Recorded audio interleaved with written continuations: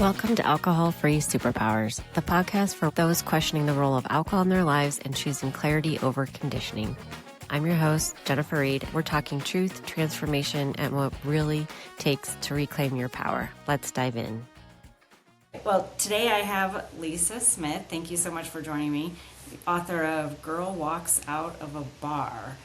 And you wrote that in 12? Is that right? So thank you for having me. And it came out in 2016. Okay. But you stopped drinking in 2004, right? Yes. Okay. My sobriety date is April 5th, 2004. Gotcha. Wow.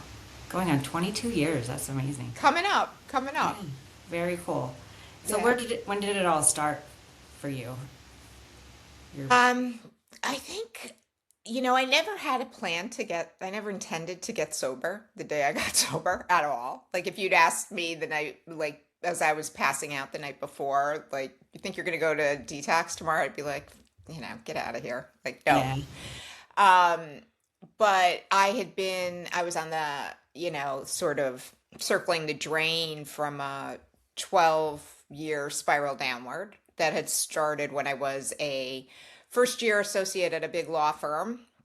And that was when I started drinking every night. And a lot of what I was doing I now know was, covering up or self-medicating depression, anxiety, imposter syndrome, like huge.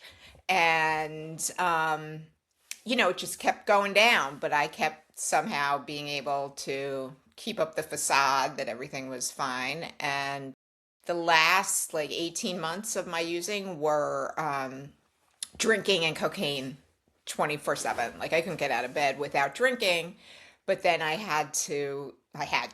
chose to use cocaine to balance out the effects of the drinking in the morning because I had a function, whether I worked a lot at home, but I also was in the office a lot. I wasn't practicing law at this time. I was on the administrative side of the firm. And it was, so if I did, once I got calibrated in the morning, I could go to work and sit in a meeting with a bunch of partners and they wouldn't know, I'd be wondering who else was using because it couldn't just be me. And 18 months like that, I just totally ran out of road. Like I hated myself. I was, every morning that I opened my eyes, I was like, ugh, not again, but I wasn't actively going to do anything to, either get better or end the whole thing. And so I woke up one morning and but I was terrified to get sober. Like I couldn't go to rehab. I'd have to leave work for a month or something like that. I mean, I knew how bad it was. There's no kidding yourself when you're at that point.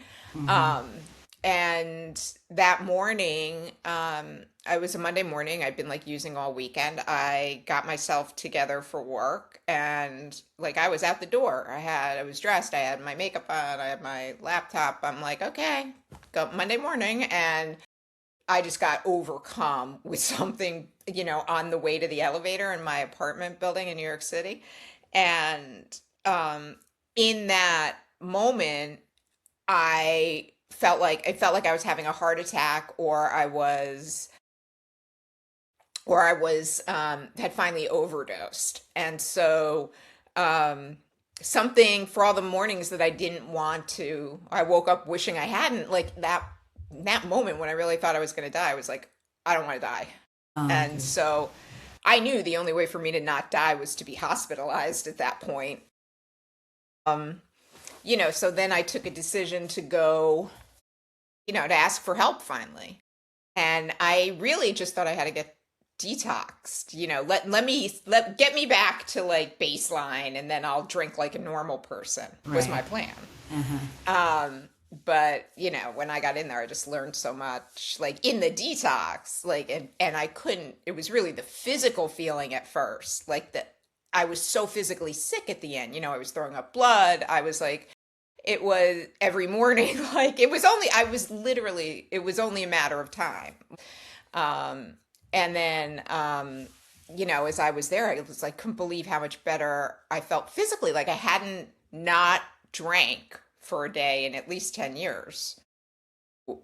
my body like had forgotten. It was like I was 38. It was like I would have to go back, well into my 20s to remember waking up without, So that helped me want to keep it. And it was such a relief, just all the hiding over, all the secrets like gone. Phew. That was, I felt like so much lighter. You mentioned in your book how a lot of your friends were shocked or saying, like, oh, Lisa, you don't have to go. Yeah. Yeah. Since then, has anyone said, oh, I wondered, or have they quit?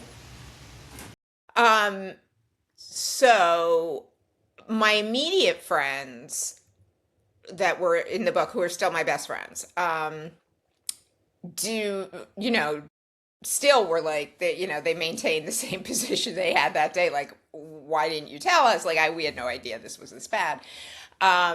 In and But it was more like people who knew me, like my good friends from high school or from college that I would like call. Like, I had one of my best friend from high school lives on the West Coast, and I was at the time living in New York City.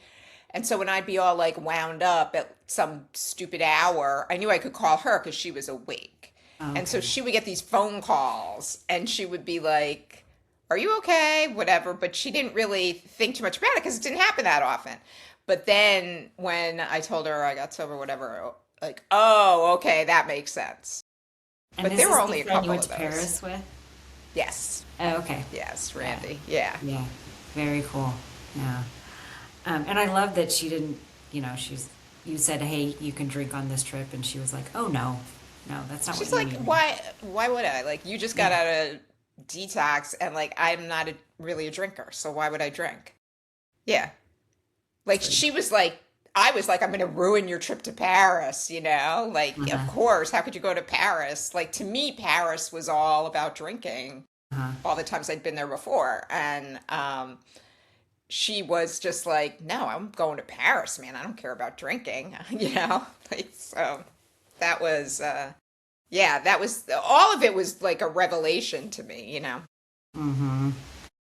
And you said not in New York still? No, no, I live just north of San Diego now. Oh, okay. So now you're West Yeah, Coast. Are you yeah. practicing law again? No, no. I actually stayed on the once I switched out of practicing law, I stayed on the administrative side of law firms for like so I spent a total of 30 years in big law. Mm. And I when I left in 2019, when we moved out here, I was the deputy executive director of a firm in New York City. So I was on the management committee of the firm. Like, it was a big job. And that was when I got my book deal, I had to tell the partners, Yeah.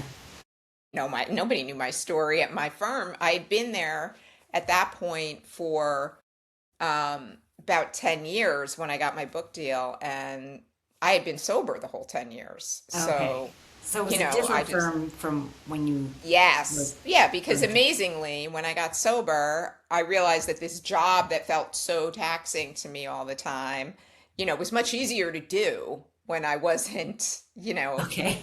Yeah. impaired. And so, like 10 months later, I was able to get a next level firm instead of like being the number two in the department, which I had been in business development. I was able to go to another firm and they were like, can you come here and build a department? We don't have one, and then you will run it. So that was a job I couldn't have even interviewed for Interesting. when I was drinking. Uh-huh. So yeah, yeah. Do They you were think you amazing. They're the best weren't firm. challenged enough in the That I like wasn't you yeah. mean in the old job? Yeah.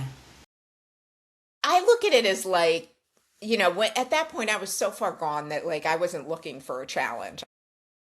I never liked like the substance of anything I did in my career. I went to work. I wasn't looking for fulfillment at work Okay. until I got sober and moved jobs.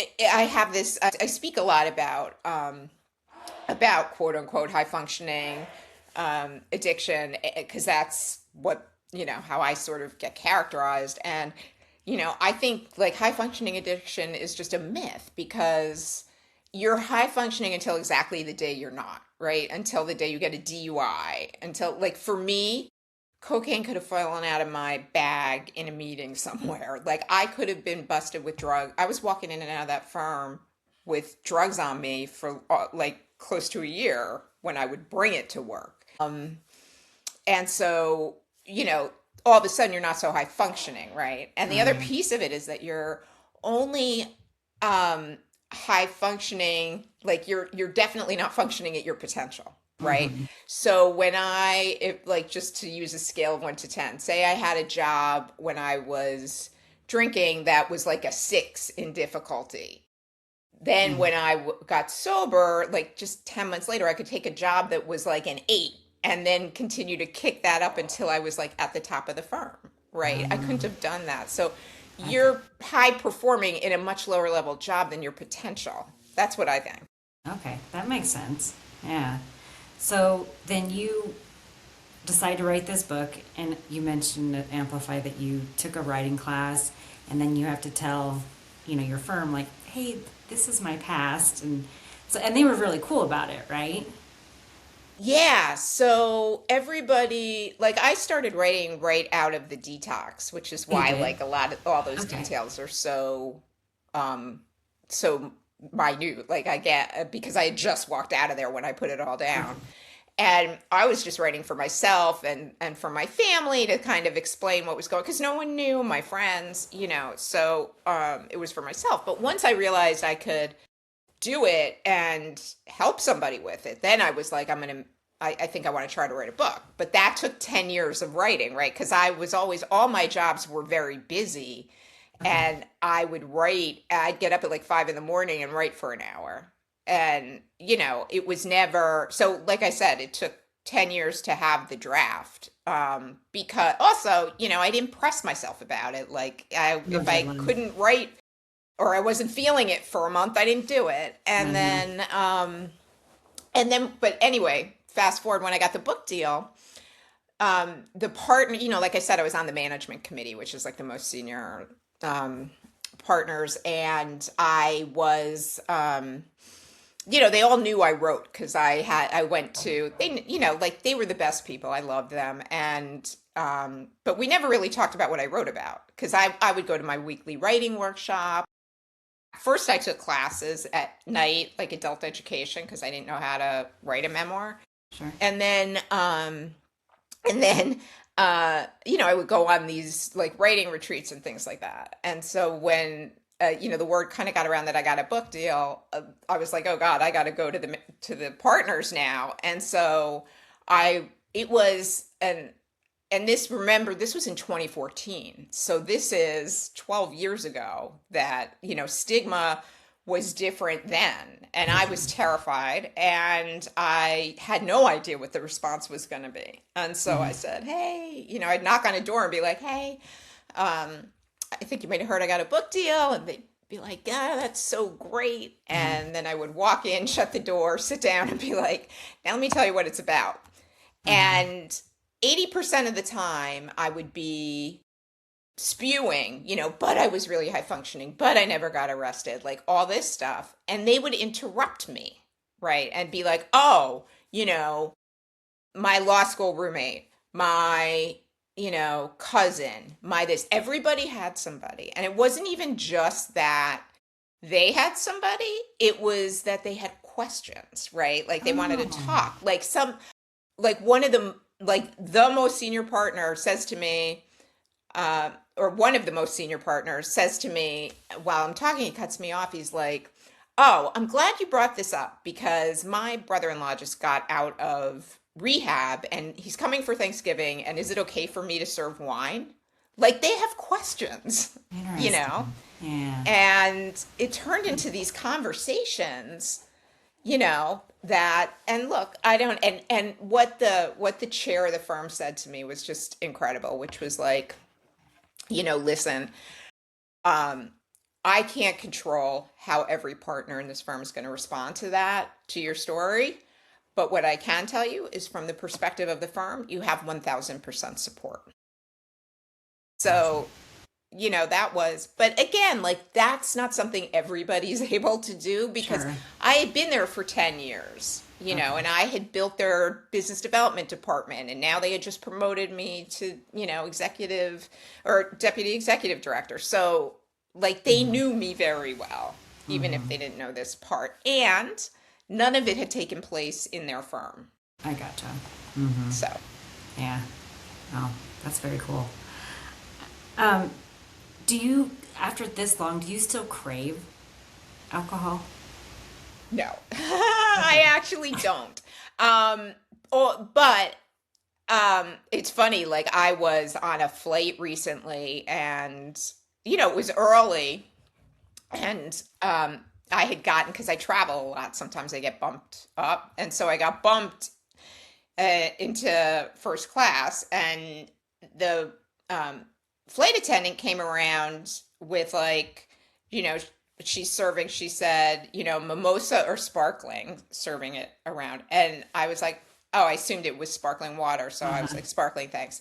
I take a sip and it's down my throat and it's sparkling wine. And this was like Uh, within the last year. And I was like, oh, not because I freaked out, like, oh, I broke my yeah. sobriety. I mean, Right.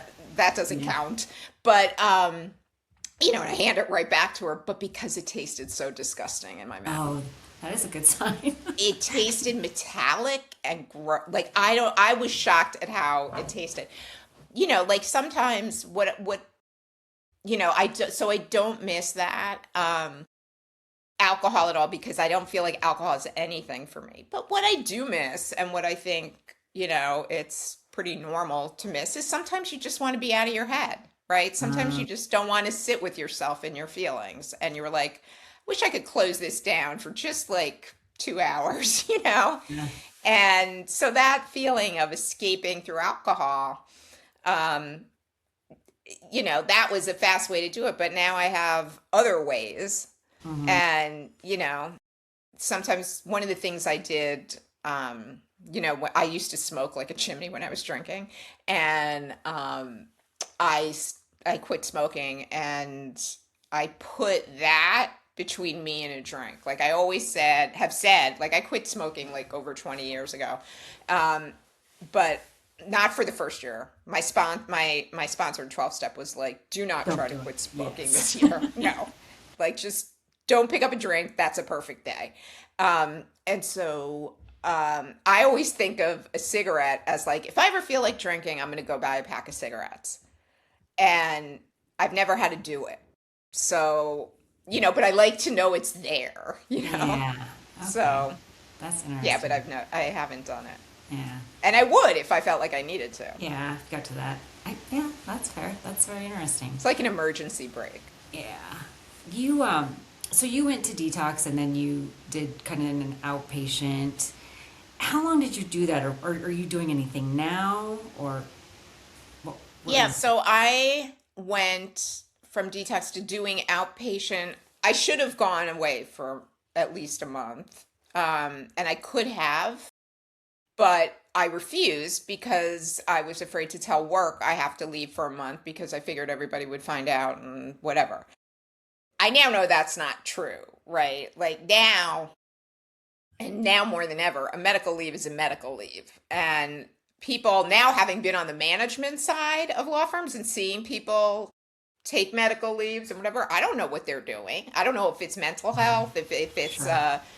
some sort of disease. I have no idea. And that's how it should be. And that's how it is now. So, if I had it to do over again, I would have, because I had told work I have to be out. I had this medical emergency over the weekend, but I'll be fine.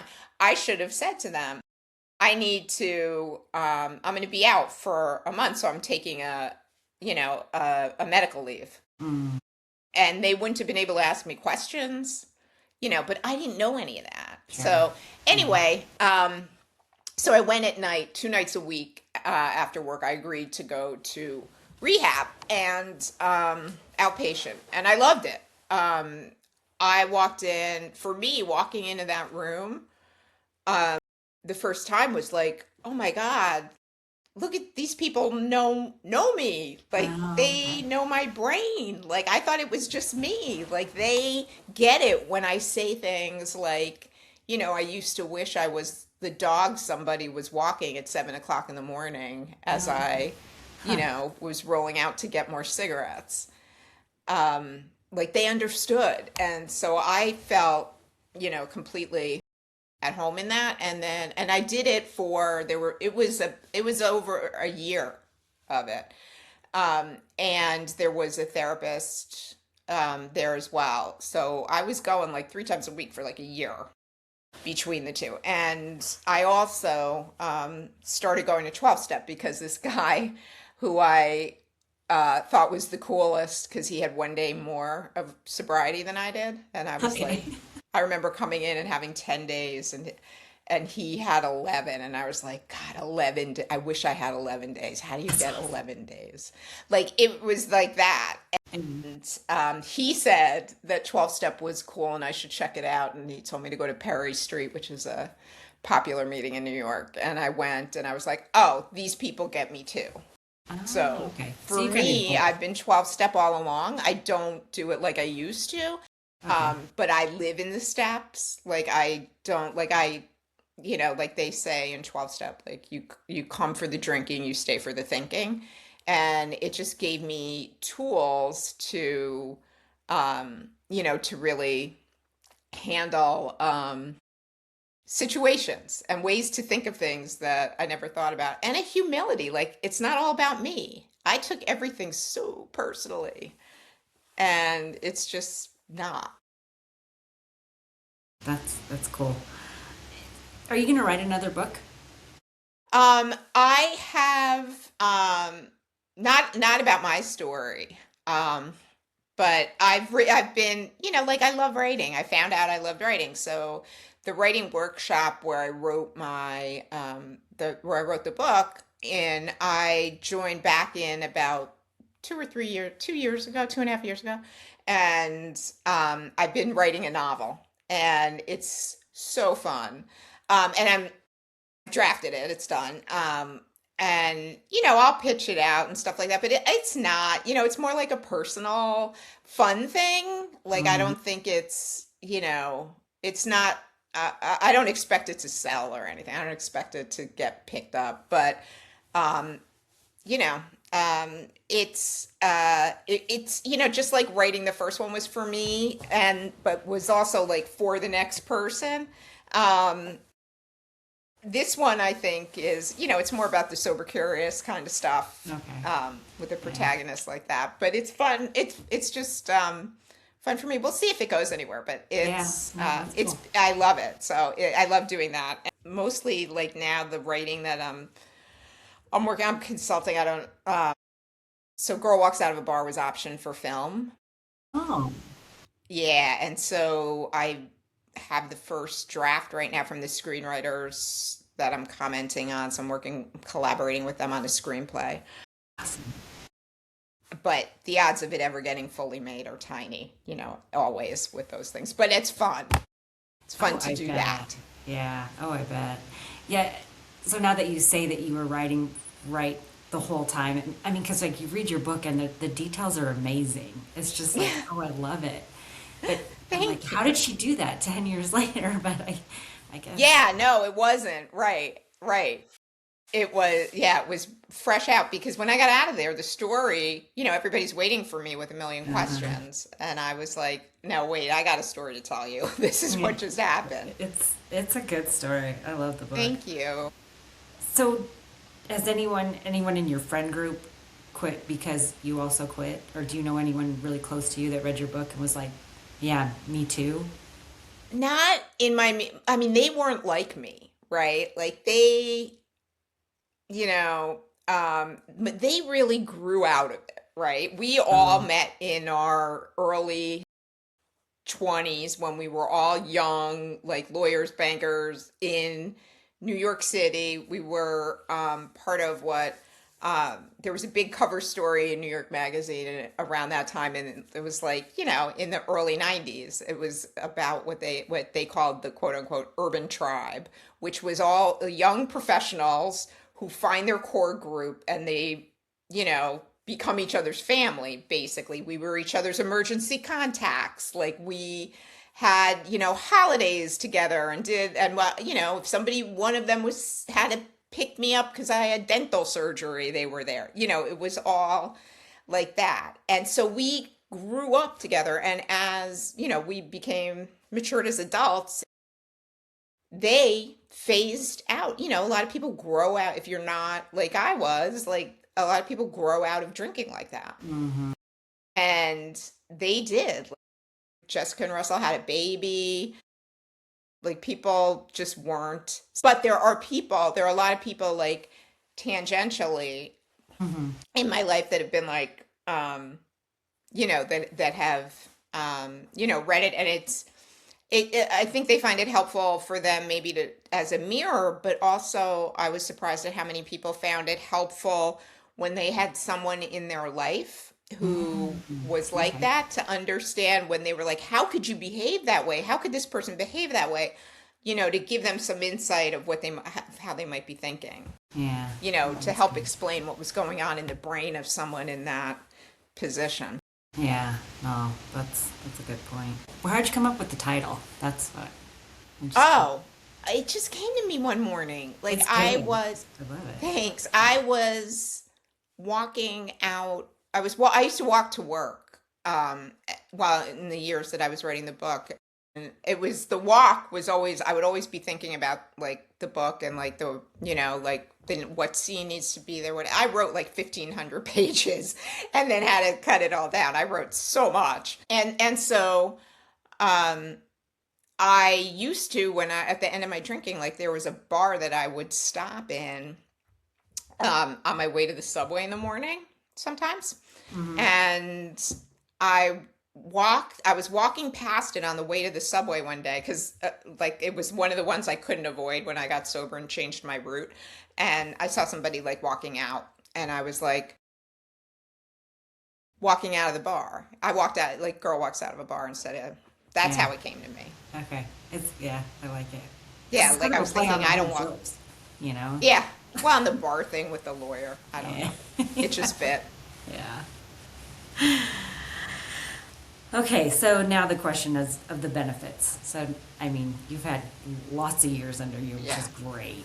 Is there, there's tons of benefits. What about those, and especially the ones that maybe surprise you that you never would have thought? Um, the thing that surprised me most, I think, was um, how day by day, like when I got sober, I was like, oh, this is all going to crash. This is all going to be horrible. I'm just going to be like, now I've really blown up my life. I'm going into a next level bad stage, right? Oh, Like it can okay, only, yeah. there's going to be a different bad. Um, and being mad at myself and resenting myself. And I was really surprised at how proud of myself I was just to not drink the night before. Like Oh, how much, like I started waking up in the morning, and it would take me, like I would grab the glass next to me on the nightstand and it would be seltzer, and I would be like, oh my God, it's not, I didn't drink last night.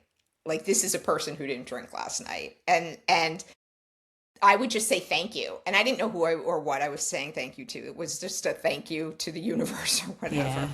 And I still do that today. I never stop. The first thing in the morning is I have a moment and I just say thank you.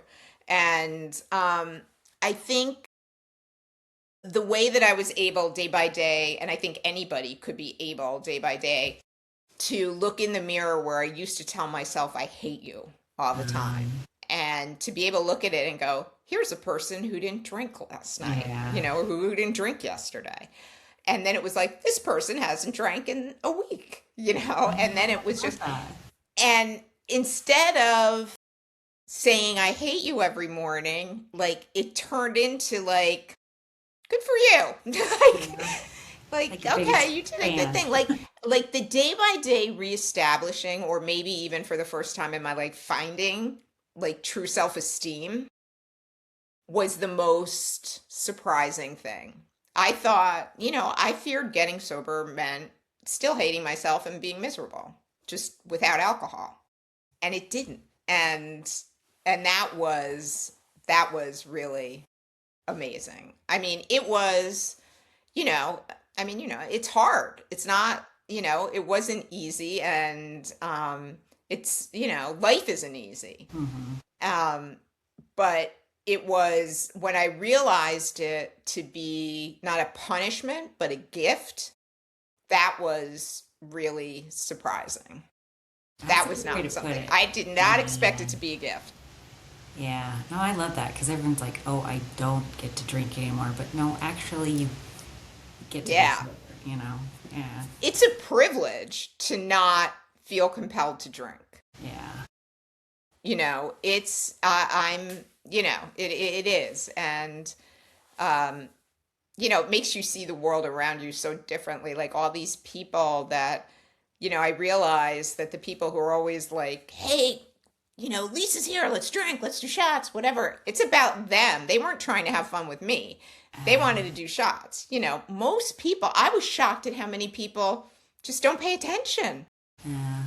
Huh. My husband, I met my husband about a year and a half into sobriety, and I didn't say anything at first because you don't know. Right. And we'd been out on, like in various settings, like a lunch. He actually came and met my friends. We'd been out alone together like 5 times. And, when it was clearly gonna, be something, I was like, I got to tell this guy, what am I going to do? And so I we were having bagels. We hadn't, we weren't, we met up in the morning. Let's say that we weren't having overnights at this Sure. point. Okay. And I said, so I need to tell you something. And he was like, oh, here it comes. Uh-huh. And I said, and he had drank, like he'll have a drink, or, 2 drinks was a big deal. Uh-huh. And I just never did.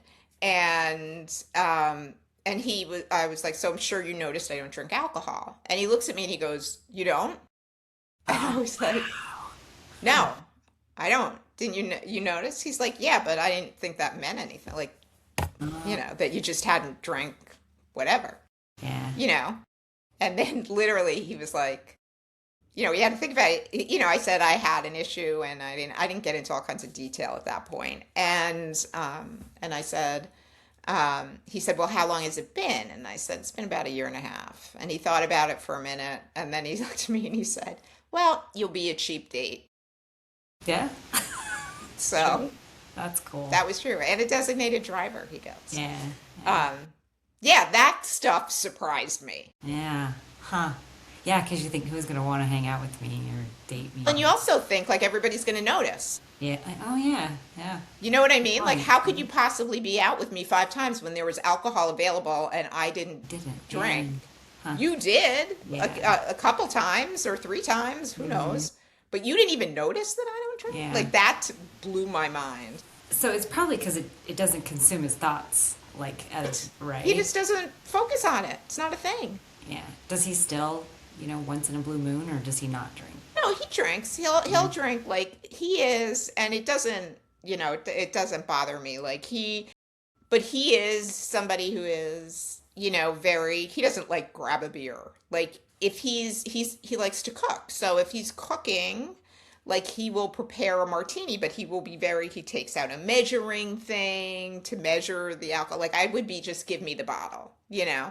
And he measures it, and then he puts it in a shaker with the little baby ice cubes because it gets it more chilled with the surface area. He has a whole procedure, and then he makes one, very nice looking drink, and then he's done. Huh. But yeah, no, he's not a big drinker. And when we were first together, well, most of the time we were together, but that's a different story. He was in his medical practice was in Connecticut, and that's where he lived. And I was in New York City, and he had alcohol in his house. I had none in the apartment, and I was like, no booze in the house. And he's like, fine, I don't care. And so if he wanted to drink or wanted to go out, he could go. He's the kind of person who had been, he'd been single for a long time too. And so, he'd go sit at the bar at some nice restaurant and have his dinner and his drink. And he didn't miss it at home. Hmm.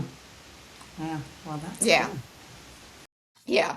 Yeah. So, Crazy stuff. no, so that didn't, and with my friends, I was always like, I never minded when people drank, like if we were sitting even from the beginning, if we're like sitting at a dinner or something, it's just a few people and like the alcohol is not the focus. Mm-hmm. What I still don't enjoy 22 years later is parties where everybody's holding a glass in their hand and it's like under my nose and it's like clearly, we were at a holiday party this year and it was just in a very tight space. Mm-hmm. And just like I felt like the smell of all the alcohol and the wine was like and then I just removed myself. I'm like, I'm gonna take off. Yeah. Isn't it crazy how you can smell things? Like, Yeah. I've gone to local bars and I'm like, this place stinks. Yes. And drinking, you just don't. Yeah. It's funny, yeah. Yeah. Does your brother still live on the East Coast? Yes, he is still in New Jersey. My niece and my nephew, she's 20, she's 22, he's 20. Okay. It's crazy. It's crazy. But I got to have a relationship with them because I got sober. Like it never would have happened otherwise. Yeah. And they're the best. They're so fun. They're really That's fun. awesome. And they're like big supporters. They're Oh, cool. Yeah. Yeah, that really hit home when you mentioned about going to visit her birth versus his. And it's like, oh, yeah. Yeah. Yeah. Like the difference in what you can do when you're present, when you're able to function. Like life just gets easier for me, I found, in terms of just the daily functioning. I couldn't take my dry cleaning across the street to drop off without drinking, and so, that was hard. Living like that was hard. Yeah. This just feels so much easier. It's I was shocked at how not deprived I felt. How long do you think it took you to feel like that? I would say I want to say the first year was hard because it was everything. The second year is always squirmy, I find, or for a lot of people, squirmy. It was very squirrely for me too because um, it was like, okay, I've done this all once. Now we're going to keep doing this. And at the same time, I was like, in the second year, I'm like, I just put all this pressure on myself by taking this bigger job. Now I've met this guy. Like that felt very tenuous, all that to me. And then I think by the third year, I got into like more of a comfort zone. I felt more confident in myself, in terms of like, I'm really going to keep this choice, and I don't miss it. I don't want it back. I certainly didn't want the end back. Like everybody else for the first, time, or like a lot of people, I should say. I can't speak for everyone. I'm guessing. I there was a piece of me that missed, going out with my, that first summer. I got sober in April. And all my friends, we used to always go to the beach on Fire Island every weekend in the summer and like tear it up. And I couldn't go to Fire Island that summer, or really, I haven't really since. I have a couple times, but not much. And I used to go every summer from when I was 15. And, that was a feeling of being deprived for me, not being able to go. But then I would think about, I talked to them when they got back. I'm like, what I miss, same thing, different day. That's the thing you realize too, is it's a lot of it is the same thing, different day. So what kinds of things did you do to kind of replace that time? Like instead of going there, what what other things did you do? I really threw myself into a lot of fellowship. I Okay. found some very cool people in the city that were in 12 step that I started sharing a meeting on Saturday mornings and then going out with people afterward and like just hanging out a little bit. I hear a lot of people say I just don't meet cool people. I don't have that and you know I think what I would say to that, like for me, that community was the new one I built at that point. And there's got to be some other community. And now sobriety, it's changed so much. When I got sober 22 years ago, it was like, okay, there's AA or nothing. Mm-hmm. And there wasn't even like internet groups. There was no social Right. media. There was no nothing. Like people used to give you like a quarter at meetings and be like, call me if you need me from a payphone. We didn't have a That's phone. crazy. Like Yeah. it was I mean, we had phones, but it was not like, we didn't have iPhones, let's say that. Smartphone. Yeah. We had flip phones. Mm-hmm.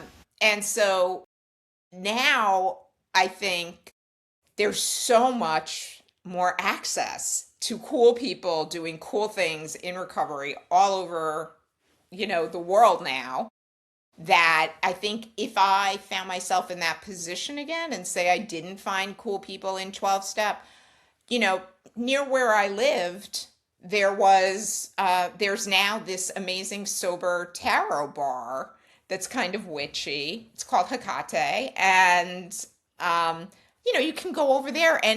Like, people hang out there.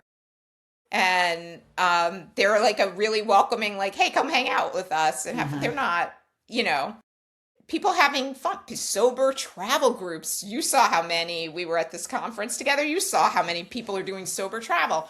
I would have signed up for trips, I think, like Yeah, sober that's a good point. running clubs, knitting, book Mm. clubs, anything. You can find it all online, Mm-hmm. which is just, Huge. So you I, think community is obviously very important. I mean, because you mentioned a couple yes, times, these people yeah. know me, so yeah. Yes, and it's not even for that piece of it. In this talking about it is, as a replacement for being around my friends all the time on the weekends, and also, that was like the summer they'd be away, but like, during when it was, they weren't always there and they weren't all always there. So somebody might be around and I'd be like, we started doing things like going to museums or going to lunch or going to a movie, like things that during the day, right? Meet up for breakfast.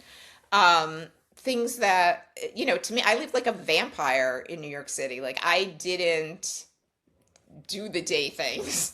And all of a sudden I did, Yeah. Well, when you you mentioned the know, curtains were always drawn and then all of a sudden they're always. not. Yeah. Always. Yeah.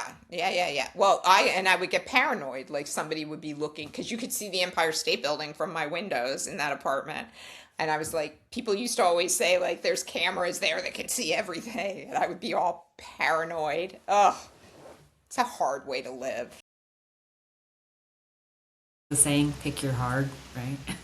Yeah, right. Right, exactly.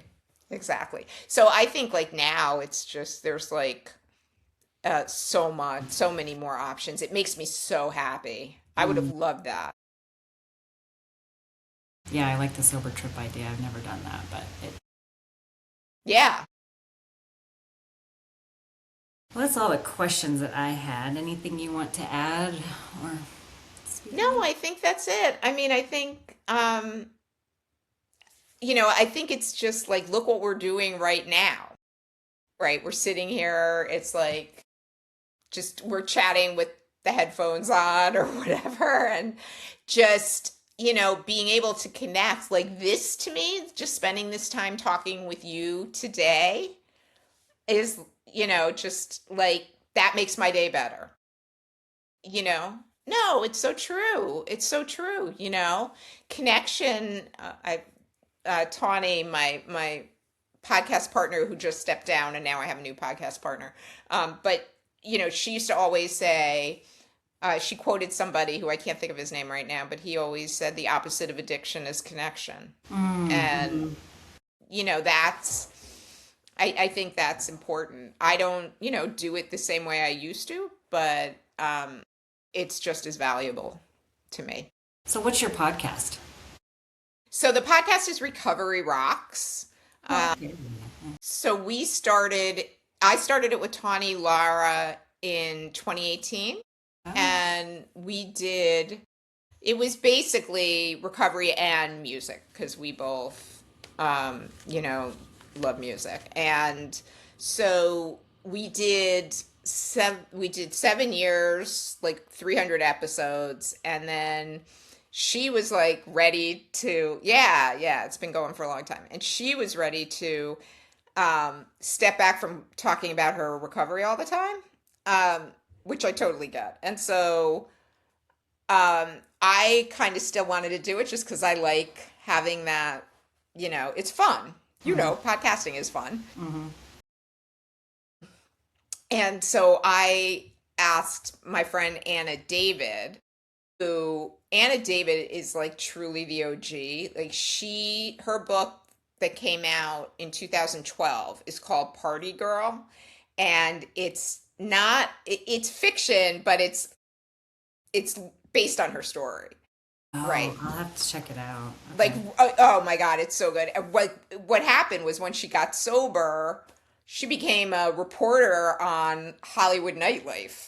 Oh. And so she was trying to do that sober, and it's just, but the story's great. And she is, to me, like she was the person I knew who was out there.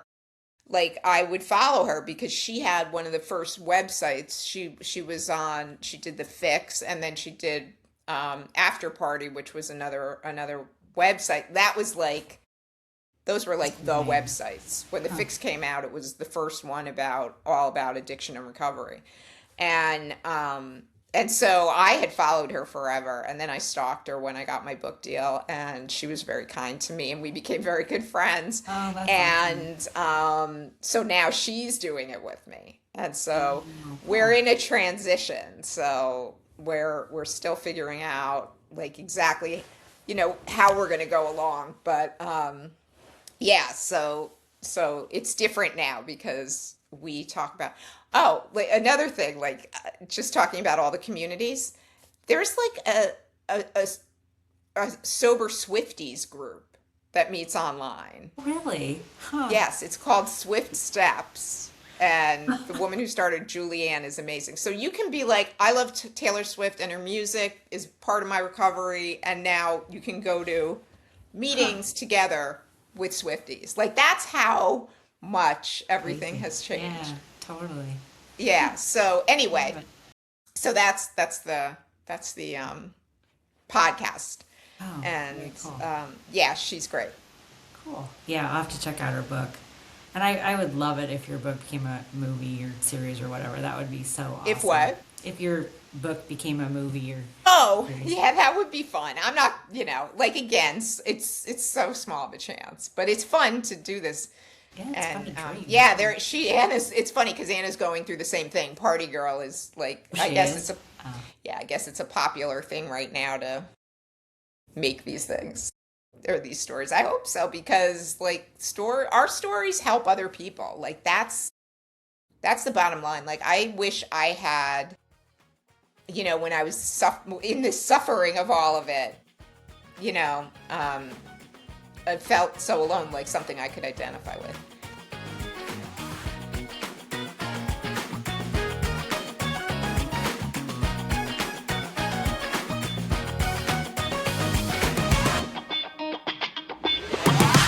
If today's episode hit home, you're not alone and you're not broken. You're waking up.